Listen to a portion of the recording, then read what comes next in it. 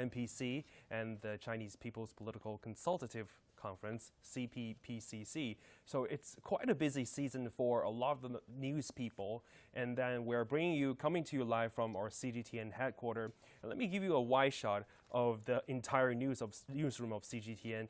As you can tell, the environment of our marathon coverage of the two sessions, as well as our distinguished guest, Omar Khan, my colleague, another reporter with CGTN. But welcome to Beijing. You fly from Guangzhou, right? Yeah, absolutely. It's a pleasure to be joining you and two of our other reporters who will be joining us throughout tonight's live stream. But you mentioned there at the top, it is China's political season, an annual event, the two sessions, and it's a great gauge to see what the blueprint is heading into 2023. It's always a tell into what the nation's leaders, the core leadership, looking at what they want to get done. You have to imagine, you have to keep in mind, we're coming out of 3 years of a very difficult time, not only in China, but of course globally as well, but especially here in China. Finally, late last year, getting over those zero COVID policies, we're already seeing that economic recovery.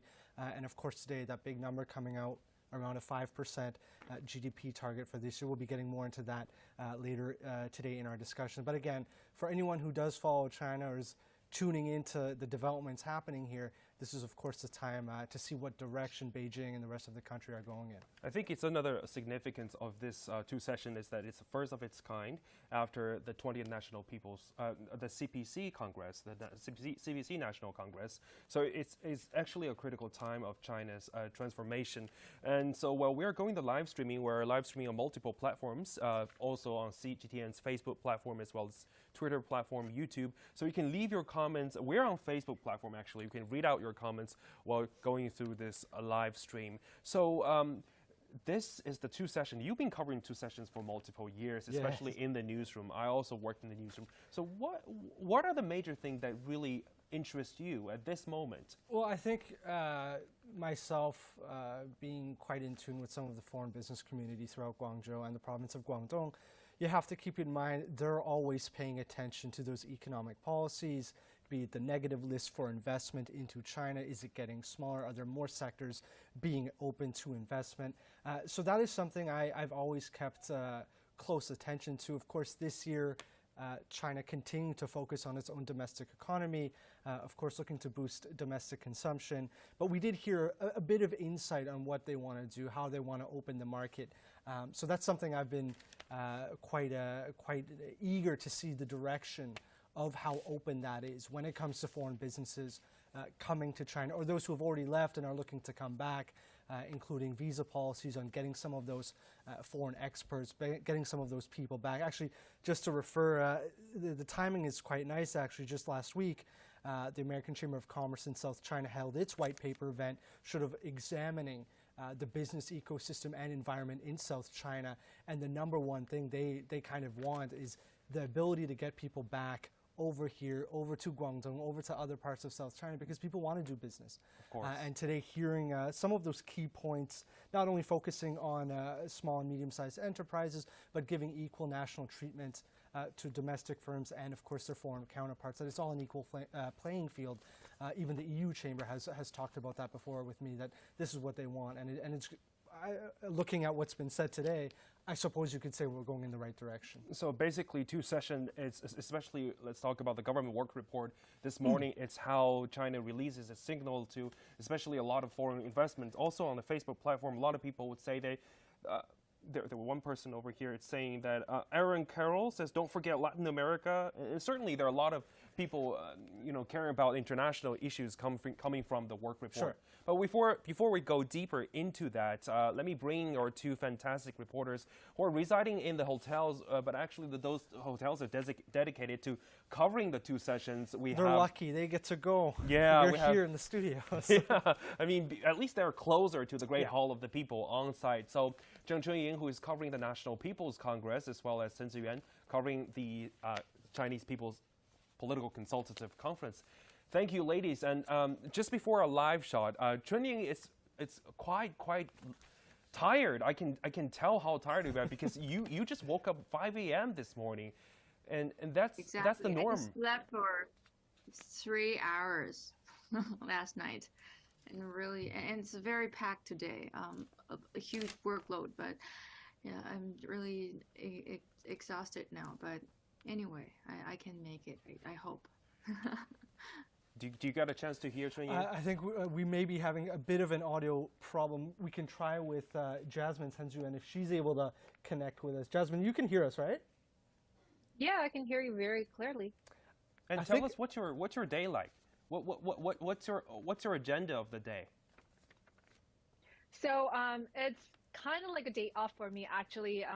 Fortunately, I got a day off to actually reach out to members who attended the plenary session, the opening event, talk to them about what they're bringing with them this year, especially on some of the topics that they would talk about, discuss with their fellow members. And I think, for example, the first one I've talked to is actually from the Greater Bay Area. He has been working with a lot of young leaders in the area to, for example, explore employment opportunity as well as boost transportation, like train frequency between Hong Kong and the Chinese mainland. So a lot to look out for. So today, majority of my work is actually reach out to those members, really listen to what they want to propose and what are some of the key issues that they really focus on.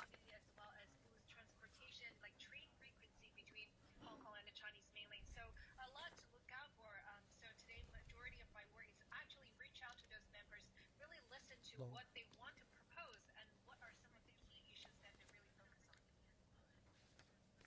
on. I'm sorry, I think we have the time difference a little bit, so a bit of a delay, but that's okay. I think everyone able to hear some of what Tenzu had to share. Yeah. So this is the two sessions. I want to give you a bigger picture to our general audience. So this is a gathering. A lot of people wonder about why is it important? Why CGTN would really report on a political event, a political gathering.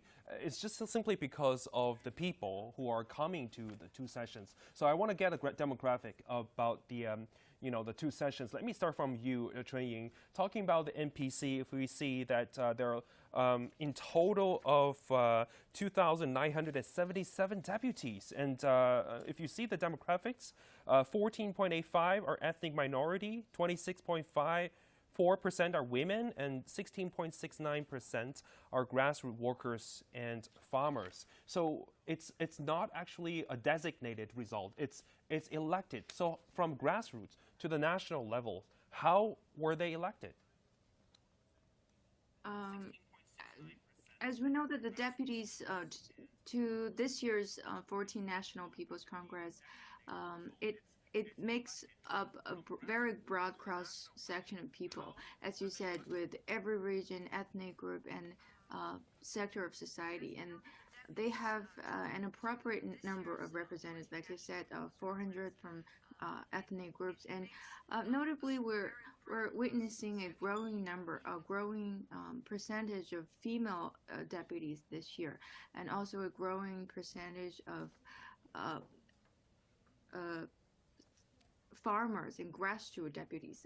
That's what makes this year's demographic a little bit different from the previous sessions.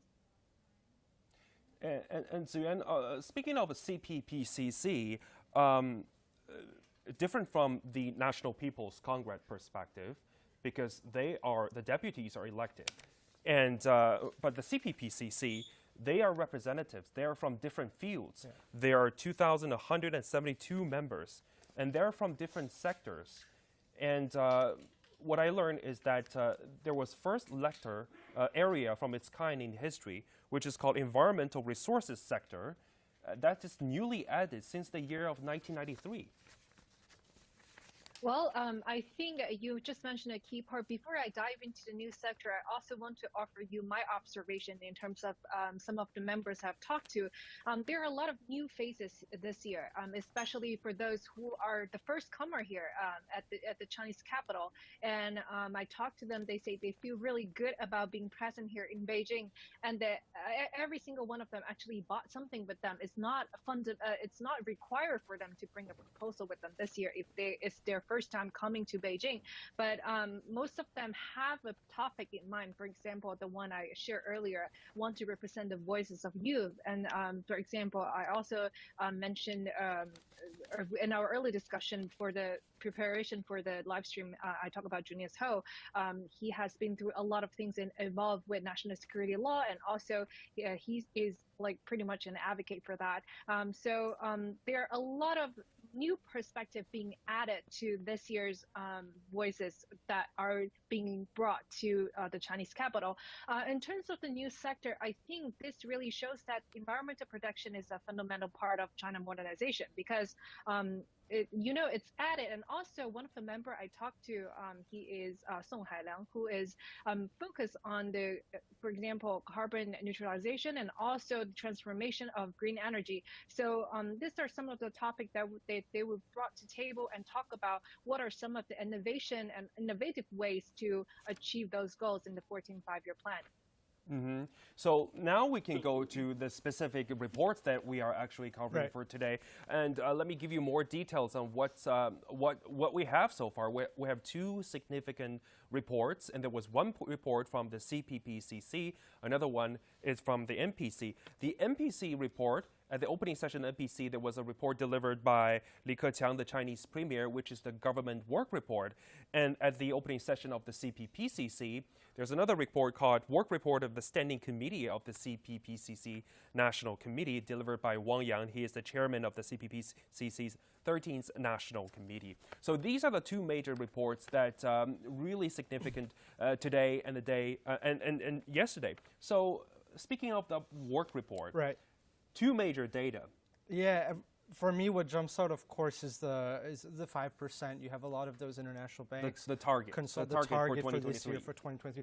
I like the language around 5%. It leaves a bit of leeway. It's usually a more specific number, a digit right there. But to see 5%, there's some obviously forecasts that see it going higher than that. But obviously a cautious approach that we come off last year, a very difficult year. But what really kind of jumps out to me and is seeing policy being turned into action is this target of creating around 12 million urban jobs. Now, you think back to last summer, around June, July, August, there were numbers coming out about urban youth unemployment, recent graduates hitting as high as possibly 20%, which is really not good for people looking for that next step in their careers or after graduating looking to move forward. So seeing this as one of those key sort of targets and key sort of comments gaining attention, sort of attracting the leadership sort of attention that, hey, we have to focus on this, is really good to hear. Of course, in the urban cities, that's where a lot of young people are wanting to go. That's where the jobs are. That's where the market is. And if there is that sort of response to the current situation, that's going to be really good. Of course, 12 million urban jobs, obviously quite a high bar to attain, but we're already in that season here in China. After the Chinese New Year, you have a lot of those spring recruitment fairs happening around the country. I've actually been in touch with a few of them in South China, looking if we could go check them out, see what the latest is there. Obviously, university recruitment fairs on campus also happening. So knowing that there is a bit of a drive to, okay, we had a bit of an unemployment issue last year, and we're already proactively reacting to it. That's surely a good sign, and it's good to see it's not just talking about it, but actually saying, okay, we're going to try and achieve this. Let's get it done by the end of the year. But before we release the target, there is also a brief of what we have achieved in 2022. GDP expands 3%. That's a fair amount of boost, and created 12.06 million new urban jobs. Also, the consumer price index rose 2%. I mean, inflation rate, this is really not easy given the situation worldwide as well as the pandemic situation. Sure, but I think now after 3 years, the Chinese consumer, there's a huge load up of savings. A lot of people, analysts of the Chinese economy, of the market, are awaiting spending to go back up, that sort of domestic consumption. And we always hear that coined term going back, I believe it's a couple of years, of dual circulation, of also focusing on that foreign trade and interaction with overseas markets, but really driving the consumer spending here in China. You have the largest middle income sort of population in the world here. You have the largest consumer market. A lot of companies are aware of this. You no longer have those overseas companies coming to China to export, but actually coming to China, for the Chinese consumer, for the Chinese market. So if people can get back to spending, those figures you just read out there, those will probably come to fruition and be something we can see, and those streets filling back up and people going out, people traveling, things what we hoping to see soon. So I'm citing the work report just now over here. It says encourage and support private sector and private business in growing and expanding the support micro, small, and medium-sized enterprises and self-employed individuals in business development. So you have been talking with a lot of medium enterprises. Yeah, since the beginning of the pandemic, a lot of the focus was me traveling throughout South China, speaking with companies of that size, not these major SOEs, not these national companies, but companies with perhaps 50 people to a couple hundred. And they sort of, they bear the brunt of a lot of those sort of obstacles and difficulties we had for the past 3 years, especially last year as well. So I'm sure this sort of focus on these companies, that's going to be giving a bit of wind under the sails going forward. And of course, you go back just after the Chinese New Year, I can give you one example, the province of Guangdong announcing over 1,500 provincial key projects at all different sizes of companies, a focus on a high quality development, really putting that into their annual plan moving forward. The companies I've spoken with, of course, they admitted it's been tough, it's been difficult getting people back to work, making sure companies are not closing, not opening, sort of this sort of yo-yo sort of pattern that we saw with certain lockdowns and certain difficulties. But even foreign invested enterprises, they're going to be happy to see this, that companies of a smaller size are getting a bit of focus, are getting a bit of the attention. So what that means, now it's probably too early to say, we're still in Q1, moving into the second half of the year. You're quite positive. Then yeah, well, there's hope. You have to have hope that things are only going to get better. We already went through the roughest patches, so let's move forward and let's make things better. Yeah, so you talk a lot about stories from the Greater Bay Area. You're based in Guangzhou in Guangdong Province, and Ziyuan is also, her home is in Guangdong Province, Zhuhai. We know that Guangdong is a technological hub, and also in the Premier Lee's work report, it says make concrete efforts to achieve breakthroughs in core technologies in key fields and research development and application of cutting-edge technology. So what are some of the cutting-edge technology firms or industries you have ever visited in the past? You mean I did? Yeah. Not quite. That's not my beat, though. However, I think some of the story that I can draw from my observation is, I think, Zhuhai is the place to hold the aircraft show, the air show, which is a big deal for us now, because it's the time that we showcase our big aircrafts. It's also flights. I think that's a good example of, especially at the members corridor yesterday for a CPPCC member, the designer of, I have been bringing up this example multiple times, is just because it's such a good example to demonstrate China's capability of technology development, is by Chief Designer Tang Changhong, who is the Aviation Industry Corporation of China, the chief designer of big aircraft, especially for military use, as well as he has been on the side to develop the C919 as well, to observe the entire progress. So I think that he said that now if the country needs, all the scientists are capable of doing that, capable of develop our own aircraft and our own technology that allow to achieve to, for example, some of the aircraft he mentioned are used to transport huge equipments, to transport loads of goods to places when in need. So I think that has really shown that China is definitely stepping up on, for example, exploration of technology development, not only on aircraft, but also on other technologies. So this is the one example that I would like to offer, since it's a huge deal for us for the air show in Zhuhai most of the time. But a lot of the report, just to add to what Chen Ziyuan sort of mentioned there, you think of last year, okay, you have C919. We have China sort of developing high-speed rail, magnetic tracks, magnetic rails. They could be possibly breaking a speed record soon. Then we have NEVs, China just second to Japan in NEV output sales. I got to double check the time frame of those sales, but you have the Guangzhou International Auto Exhibition show. So you talked about high-end tech, cutting-edge tech. I think you look at the sector of transportation, infrastructure when it comes to transportation. way beyond, especially in high-speed rail, way beyond any other developing or developed country. So those sectors, that could take hours to sort of dissect and dive into. But if you look, like I said, the C919, high-speed rail, NEVs, these are all really up-and-coming areas in the transportation sector that kind of showcase the technology being used and what China is able to get done when it comes to R&D, to science, and to cutting-edge tech. Yeah. Talking about technology. Go ahead, Ching. And talking about technology development, the topic is also one of the top concerns of the deputy members, this year's deputy members, because according to some of the deputies that I interviewed, especially the analysts in this area, they say that they are very much concerned about some of the approaches that could help like boost research fund, help cultivate research talent, and increase the cooperation between, universities and tech companies. We know that President Xi Jinping always has repeatedly called for what is called self-reliance, tech self-reliance. So I'm sure that will definitely be on top of the government's agenda this year or in the coming years. So a lot of us mentioned about the dual circulation.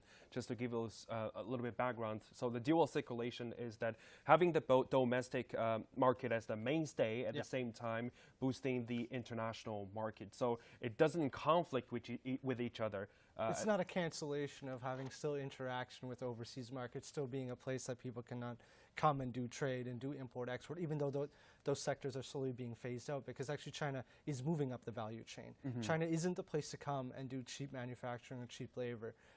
Those sectors are moving to other places because, well, salary is going up here. Right. Quality of life is going higher. People are getting paid more, which is a good thing. And you just won't be able to afford to do that sort of cheap manufacturing labor, which in the end, moving up the value chain is, of course, it's higher value. So in the work report, it also talked about the expand market access. It mentioned about the foreign-funded company, improving services for foreign-funded companies, and facilitate the launch of the landmark foreign-funded projects. That's something that foreign investors will be interested. I think going back 3 years ago, looking at some of the 5-year plans, having spoken with both American Chamber of Commerce, the European Chamber of Commerce, the number one thing they've always wanted was to have equal market access domestically, to be on par, to be on equal footing with their domestic counterparts. That shouldn't come as a surprise. Also calling for less red tape when it comes to areas they want to invest. I'll give you an example. The EU Chamber, just this morning, the VP was on one of our shows actually, talking about an area of cooperation between the EU and China is actually green tech, carbon neutrality. This is where they really, according to my conversations and based on everything I've heard from the European chambers, that they really feel this is an area that China and Europe can cooperate on, but they want access to be able to invest in those areas.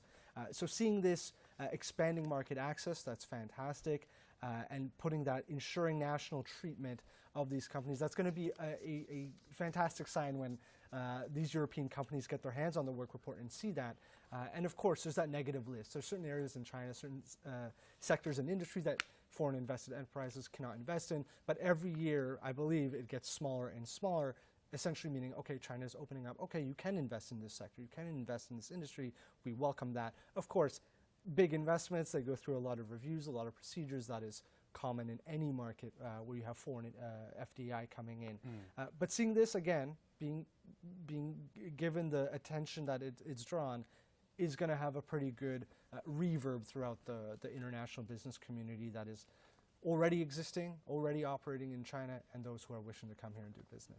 You mentioned about the green technology, Ziyuan. I know you also talked to green technology companies, and also it's got covered in the work report saying that China should intensify pollution prevention and control and move faster, develop a new energy system, and China will also improve policies for green development, advance energy conservation, and carbon reduction in key areas, and continue working to keep its skies blue. You covered CPPCC. And this phrase, this kind of saying, echoed by CPPCC's report, saying that the development of new energy automobile industry is also very important. So what's your take on that? I think some of the major proposals I have talked to members about, they say definitely this is something that I have been working on. But I think one aspect is that having more talents coming back. Actually, it's about to talk to a member who is actually a very young lady in her early 30s, and she's now deputy head of electric resources, who is working on pretty much solar panel to do energy conservation. And she is very young, which has stunned many, just because she graduated from Oxford. She was offered $1 million job, but she decided to come back to China and actually work in the industry to make sure that China has the ability to have those major breakthroughs, especially in such a key time to for example, move forward in carbon neutralization and also have green energy development. And she has been the pioneer leading the industry forward, and her name is Liu Mingjun. So I will be talking to her in next few days, but she has been very inspiration for me, just because she's young. She has the international background to really collaborate with, for example, international talents, and not only focus on what China is capable to do, but also share the Chinese wisdom with the world, what we can do in terms of, for example, green energy development, and also what we can contribute in terms of our knowledge to the world. Yeah. Mm-hmm. When we talk about this is something that we mentioned a lot about investment opportunities, but when we come to individual, let's focus on consumption, because Chunying, I'm interested in your take on that, because you're a mother, and then you certainly have more burdens compared with single guys. Too much myself information. Just kidding. Just kidding. So the government report says that priority will be given to recovery and expansion of consumption, and incomes of urban and rural residents will be boosted through multiple channels, and the government investment and policy incentives should effectively drive investment. So it's government-driven. 3.8 trillion yuan has been allocated for special purpose bonds for local governments this year. So what do you think is practical? Well, do I think it's practical? Well, I first of all, I think it's very significant. I noticed that. I think it's a very significant signal, because we know that China is the kind of country that has long been using supply-sided policies to boost its economy. Instead of boosting the demand side, we used to splurging on an infrastructure, heavily investing on infrastructure. But now the government is going to put the consumption stimulation on its agenda, which is a very significant signal, I think. We know that the 3-year pandemic has taken a toll on China's consumption, not only China's consumption market, but also global consumption market. So I think to boost the consumption is definitely going to be one of the priorities when it comes to China's economic development this year. But if you ask me if it is practical, I'm not an expertise on that, but I think I do have my personal experience when it comes to consumption, because I'm a consumer. I think the most important thing for me to inspire me, to stimulate me to spend money, is make me rich. So I think employment is a very important aspect. If there's more jobs, if everyone get paid, and then consumption will be boosted, consumption will be stimulated. But that's only my perspective. Yeah, people got to spend. Yeah. That's the thing. People just can't hoard after 3 years. Right. Of course, people are saving up for a rainy day, for a difficult time. But if there's such a big buildup, no wonder the government is asking for, okay, we're going to drive consumption, we're going to drive dual circulation, focusing on the domestic sort of boosted economy. So what she mentions makes sense. People have to go out there. They of course have to have money to do it too. Right. So I want to jump in. So I think this is it's being mentioned multiple times, especially during the press conference for the CPPCC. There is a question asked how China's economy is going to perform, and also if it's coming back after 3 years impact of the pandemic. I think this is a very good example of the Spring Festival holiday. There are thousands of trips, millions of trips being made, and people definitely have the ability to spend. This is a sign that many are watching, just because the pandemic policy has changed, and then if people are coming out to spending, where they're going, if they are traveling. Yes, I think Ziyuan and Ying both mentioned about infrastructure. Okay, we have Ziyuan back. Oh, can you hear me now? Yeah, yes. we got you. We got you. We got you. You just go on. Yeah. So I was just saying that the Spring Festival consumption is definitely a sign that suggested by the official that it's something that we look at, especially for this year's performance, and also if people are capable of spending, we can see that they are definitely able to spend during the Spring Festival holiday. They are sending gifts to their relatives, they are traveling, they are buying stuff, and also the spending at the Hainan Free Trade, the shopping zone.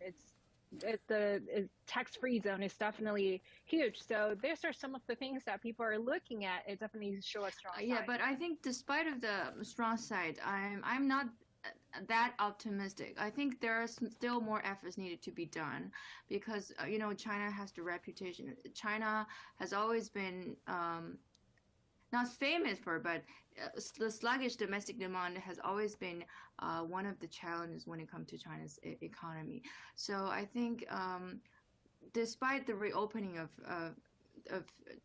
China's society, despite the fact that the pandemic is receded, I think there are things needed to be done, including like maybe sending out more vouchers or things, more policies to stimulate consumptions, stuff like that. So I'm wondering what kind of more concrete and pragmatic policies will be coming out soon. But certainly the work report mentioned about the infrastructure is one of the driving forces of the domestic consumption. And there was a series of data as well coming out. The operation mileage of high-speed railway has increased from 25,000 kilometers to 42,000 kilometers in the past 5 years.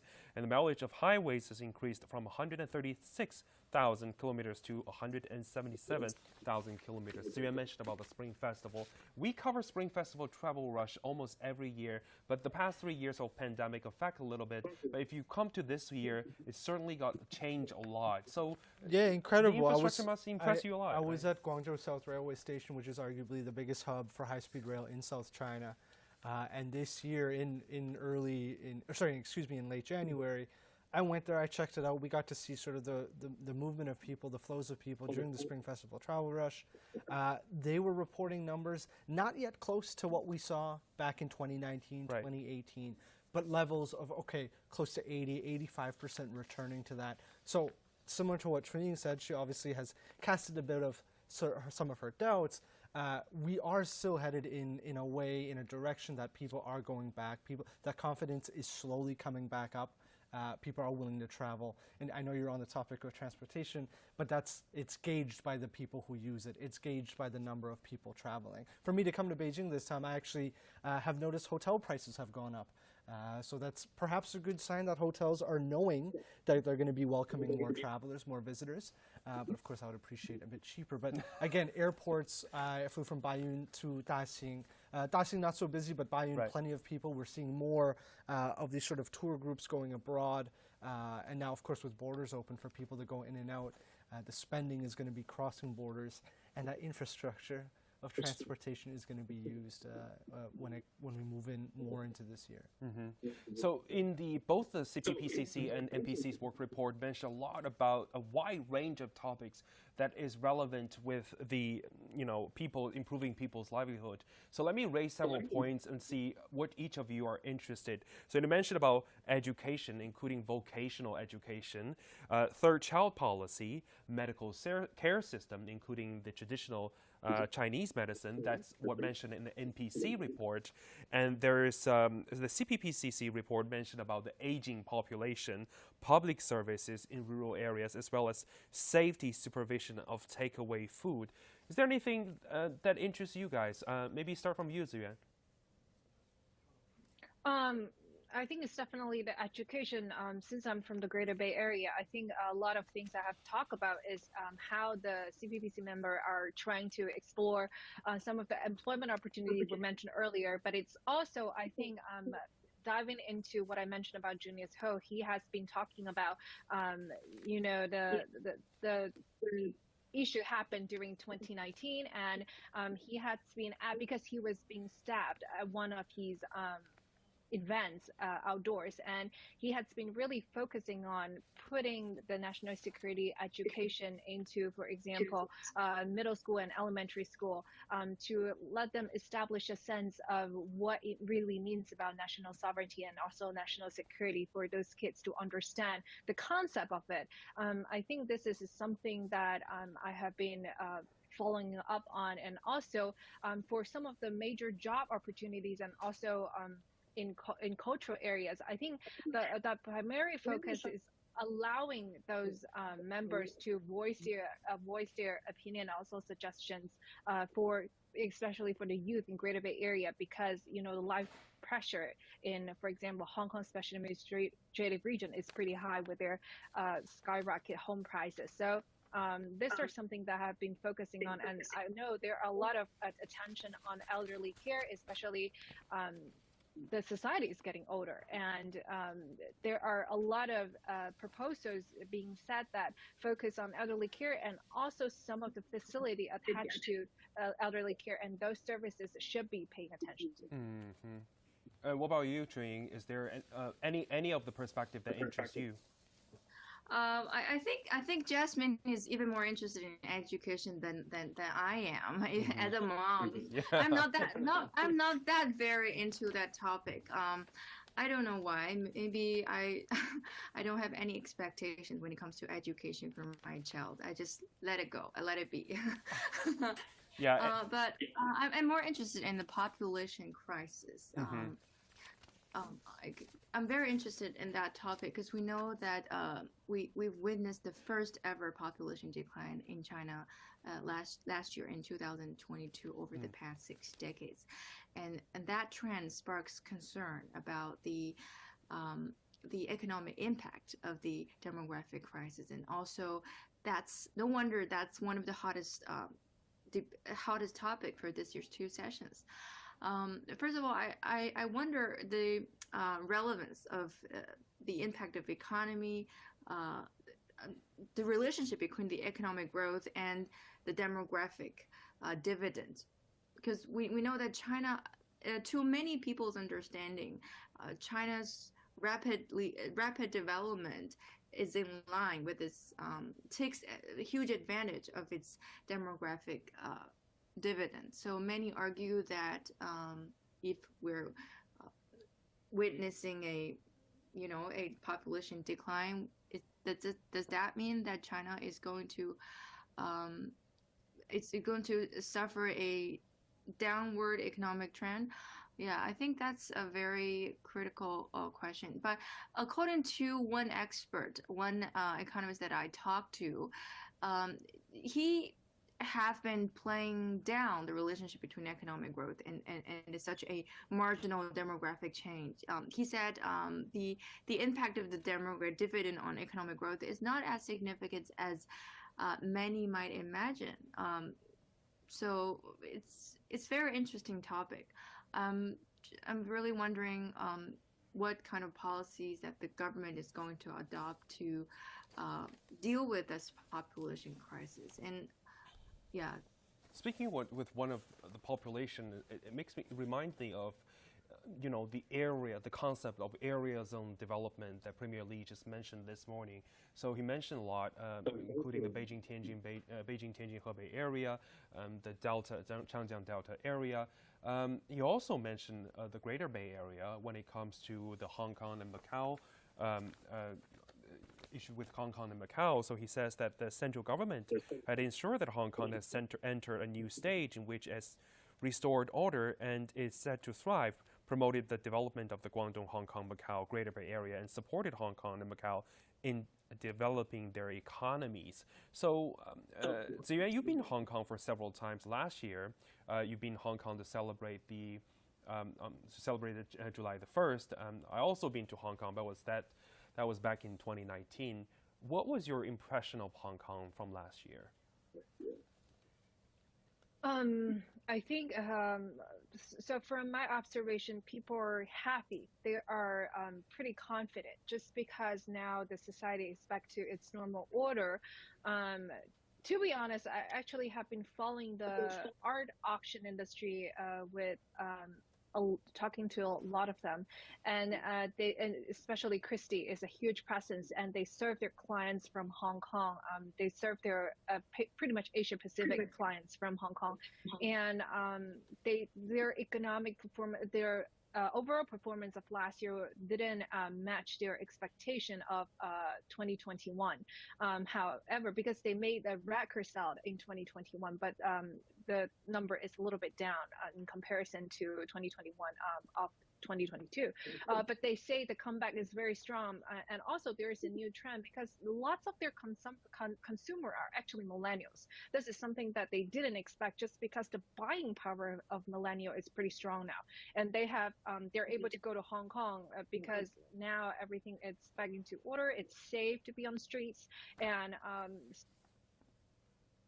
going very smooth. This is what I'm seeing in the business environment. In terms of people are living, actually, because I'm fluent in Cantonese, so I always wandering around and talking to guys on the streets. Not guys, random guys, but talk to those who are pushing their cart on the street selling food. I would chat with them. How do you feel if you want your kids to stay in Hong Kong?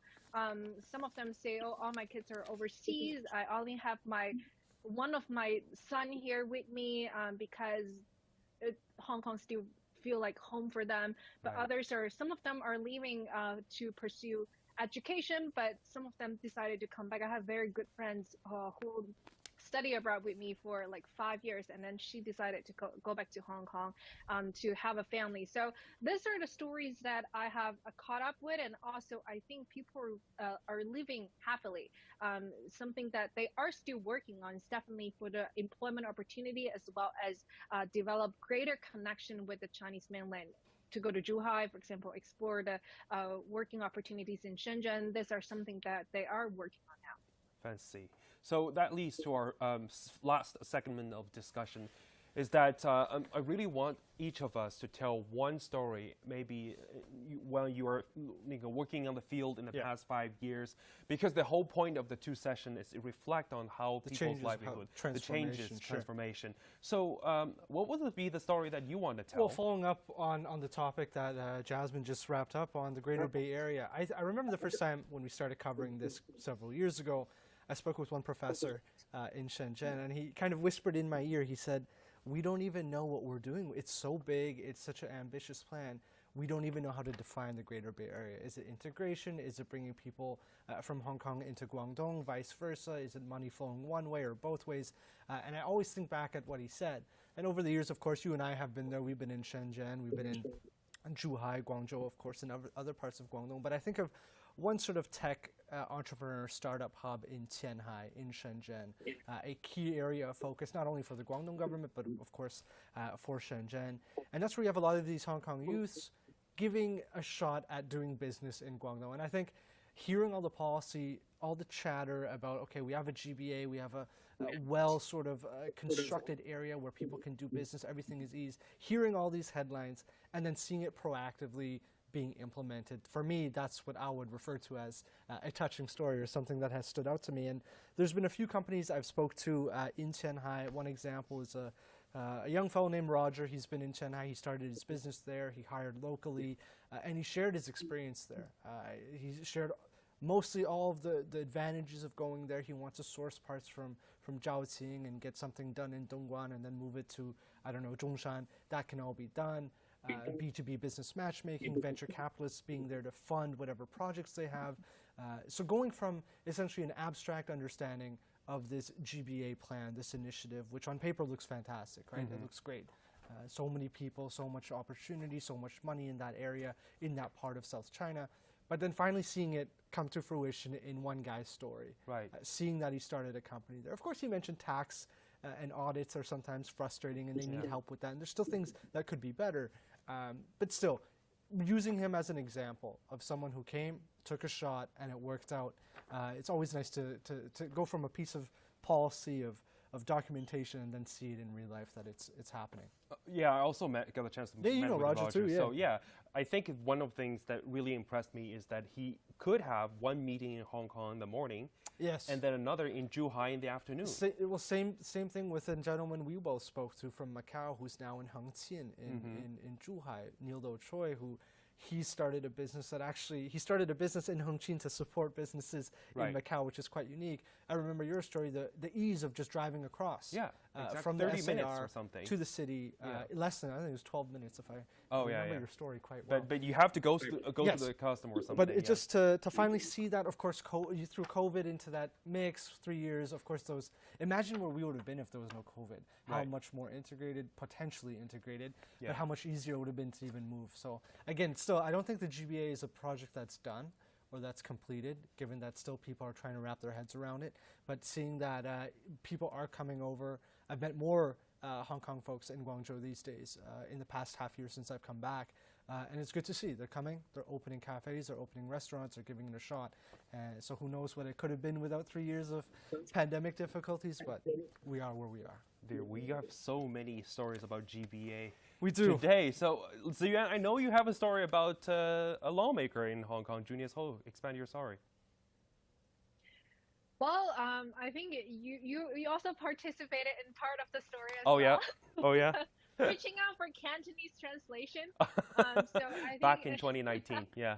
Yeah, I was covering Junius Ho because there was an incident happened on him when he was that was during the local election. Yeah. But yeah, go ahead.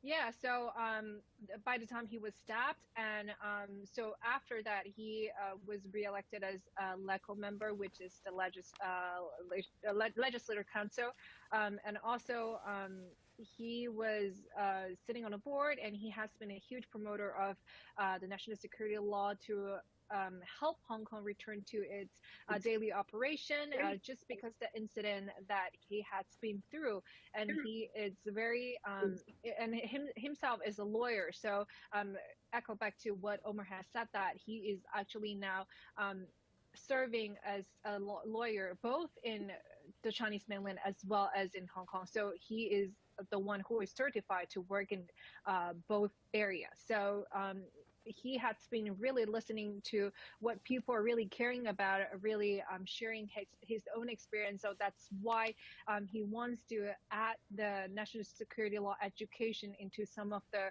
education of youth in the Greater Bay Area, especially in Hong Kong. And I think I want to add another part of the story, which is a fun story happened on the opening day for us at CPPCC, was that I was doing a live shot, and a very handsome ambassador came by and say, were you the one doing live shots in front of the great hall of people? And I realized that they do watch CGTN. So that's something I'm very proud of, because they do pay attention to our coverage.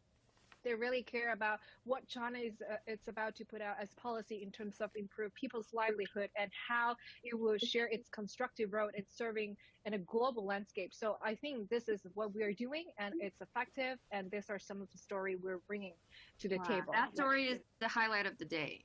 I think Cui Ying also has a similar story too. I mean, like, because Ziyuan just talked to me that you encountered something sensitive today. Cui Ying, you also encountered a handsome man, right? Is that what you're going to say too? Handsome man? I encountered a man, not handsome. Sorry.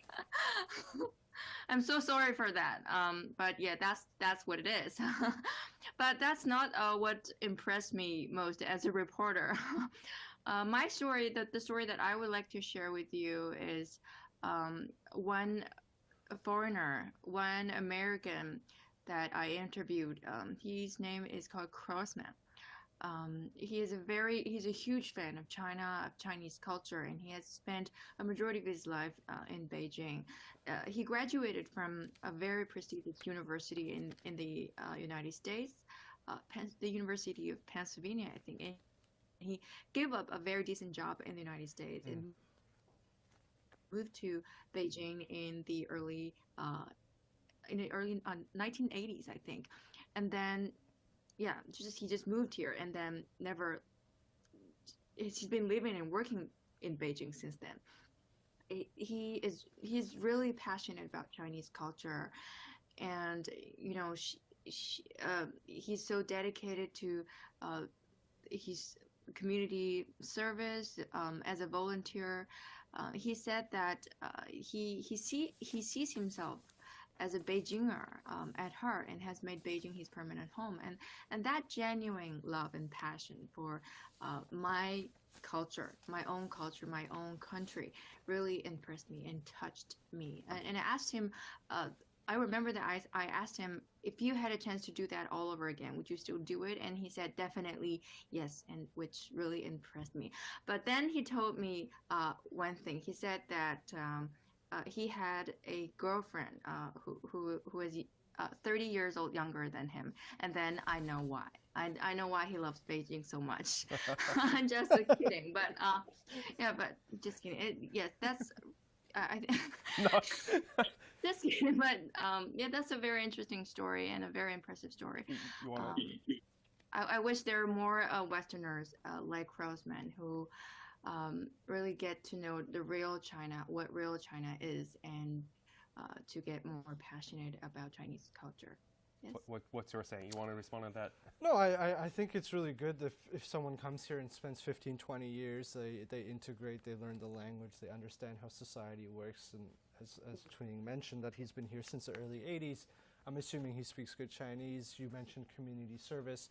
Those are all good things. But again, we now live in this such fast-paced society. People come here, they do business, they invest for 5 to 10 years, and they're out, they move on to another sort of location. So it'd be kind of unique to go back to a time where people move to a new place just for the sake of learning about it.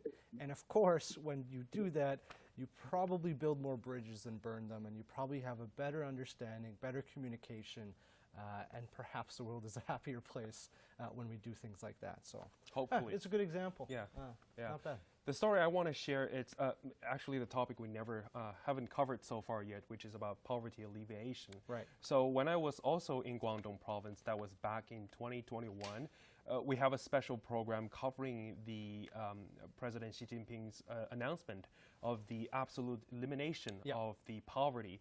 And on that special live, after the TV live, my guest burst out into tears because President Xi announced the extreme poverty alleviation.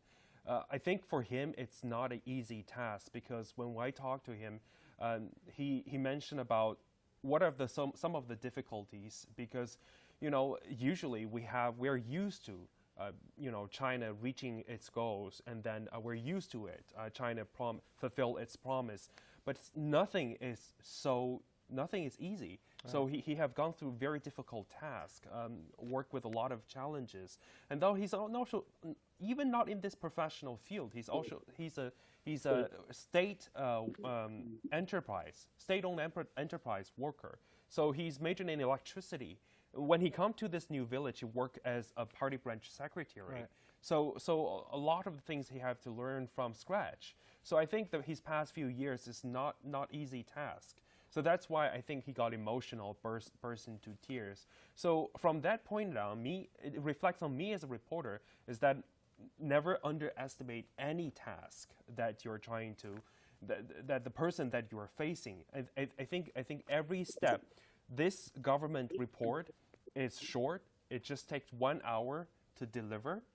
But every single line, there's so much meaning behind every single value behind it.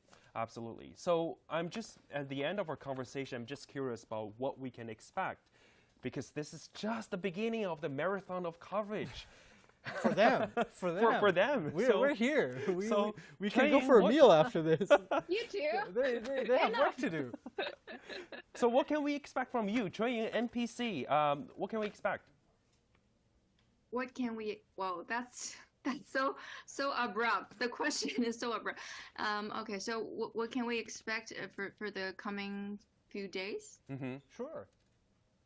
Oh yes, I think one of the highlights is the one of the another eye-catching presser, of course, during this two session is it's going to be hosted on March 7th.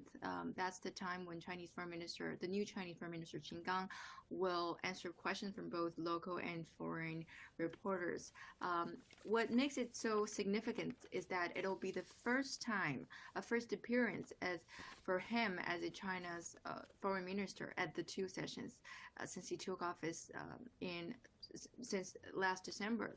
So it's a very good opportunity to let the outside world have a glimpse of some of the new trends in China's diplomacy. What are some China's propositions on major international issues? What kind of diplomatic approach is China going to adopt over the next few years? Will they continue the current style, the previous style, or will there be any subtle changes? What more can we expect when it comes to China's diplomatic efforts? So given all these, I think the global media will definitely put this under a magnifying glass to find some slightest nuance from the message sent out by Foreign Minister Qin Gang. Yes, I think it's a very big highlight to expect. And that's also what I'm going to cover. So stay tuned for CGTN. We'll be waiting. We'll be watching. And speaking about the NPC agenda, there's a lot of things on their agenda. Some of them are reviewing work report. Another more important thing is that the NPC will vote on the country's leadership lineup. That's definitely going to be the most important highlights, and we're expected to see the new top officials, including premier, vice premier, and other economic and financial leadership roles, and also including the market regulators as well. And the appointment of these top officials, what makes it so important is that it will give a very good indication of where the country's policies and development trajectory will go. As the officials will have a very significant impact on the policy decisions in their respective fields. So, yes, it's very important. Stay tuned for CGTN. Sure. So busy days ahead for long days. So that's NPC, China's top legislature. And what about CPPCC, China's top political advisory body? So, Chen Ziyuan, what can we expect from the following days? So they will be meeting for the second time on the 7th, and so 2 days from now. And I think the members' corridor will be opening again. We are going to hear more stories on the members, and also we will catch them on the Great Hall of the People in front of it, and then talk to them about if their proposal is getting answered, what's the work in progress, to really follow up. If they got any feedback on something that they brought with them. This is something that we mostly talk about with members, and to see if there is any progress being made. Yeah, so much thing. What about my schedule? You're not going to ask. I know we're going back to Guangzhou. Yeah, I'm going back. Yeah, but I'm going to be trying to catch up with some of the foreign business community, trying to see their gauging their sort of reaction to the annual work report. Because the fact is, some people may think this annual work report, the two sessions, is just for China to follow, but it's actually not. A lot of the foreign business community, foreign companies, of course, China watchers, they do keep a close eye on it. So that is my plan for the next couple of days. We haven't yet read any single comment, but I really want to end with this one. You lost it. I just lost it. Oh, there he goes. R. Colnay says, I like the way when some people visited and say in different places and said, this is exactly a country that I want. Welcome to China. Come Welcome visit. Come anytime. So our agenda, we're done. This panel agenda is the next one you should be highly anticipated, which the day after tomorrow, Our producer should tell us. It's the 7th, The right? 7th. Yeah, the 7th. March 7th. Yes. Tuning is going to be busy. with the foreign.